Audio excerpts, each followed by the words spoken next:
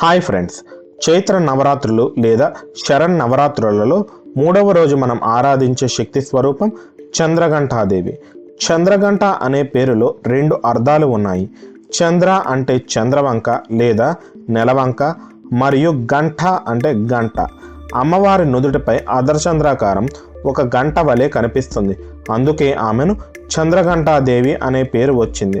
అంతేకాక ఆ గంట నుండి వచ్చే భయంకరమైన ధ్వని రాక్షసులను మరియు దుష్టశక్తులను భయపడుతుందని మన పురాణాలు చెబుతున్నాయి. పార్వతీదేవి కఠోర తపస్సు తర్వాత ఆ మహాదేవుడు ఆమెను వివాహం చేసుకోవడానికి అంగీకరిస్తాడు.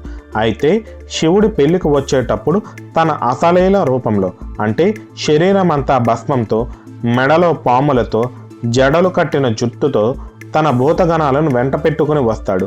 శివుని ఆ భయంకర రూపాన్ని చూసిన పార్వతీదేవి తల్లిదండ్రులు మరియు బంధువులు భయాందోళనకు గురి అవుతారు. అప్పుడు పార్వతీదేవి తన కుటుంబాన్ని రక్షించటానికి చంద్రఘంట అనే రూపాన్ని దాల్చుతుంది.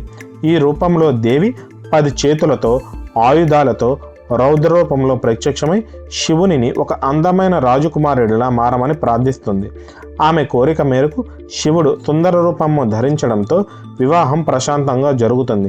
అందుకే ప్రజలు దేవి యొక్క ఈ రూపాన్ని తన భక్తుల భయాన్ని పోగొట్టడానికి అవతరించిన రూపంగా పూజిస్తారు. అలాగే యోగశాస్త్రం ప్రకారం మూడవ రోజున సాధకుని మనసు నాభి లేదా బొడ్డు భాగంలో ఉండే మణిపూర చక్రంలో ఉంటుంది. ఈ చక్రం మనలోని ఆత్మవిశ్వాసానికి మరియు శక్తికి కేంద్రం. అందుకే ఈ రోజున చంద్రఘంటాదేవిని ఆరాధించటం వల్ల ఈ చక్రం ఉత్తేజితమై భయం తొలగుతుంది అని చెబుతారు. అంతేకాక మనలో ఉండే చెడు ఆలోచనలు మరియు బయట ఉండే ప్రతికూల శక్తులను కూడా అమ్మవారు తన ఘంటానాదంతో తరిమి కొడుతుందని అంటారు. అందుకే సాధారణంగా కూడా జీవితంలో ఎదురయ్యే సవాళ్లను ఎదుర్కోవడానికి కావాల్సిన ధైర్యం కోసం చంద్రఘంటాదేవిని పూజిస్తారు.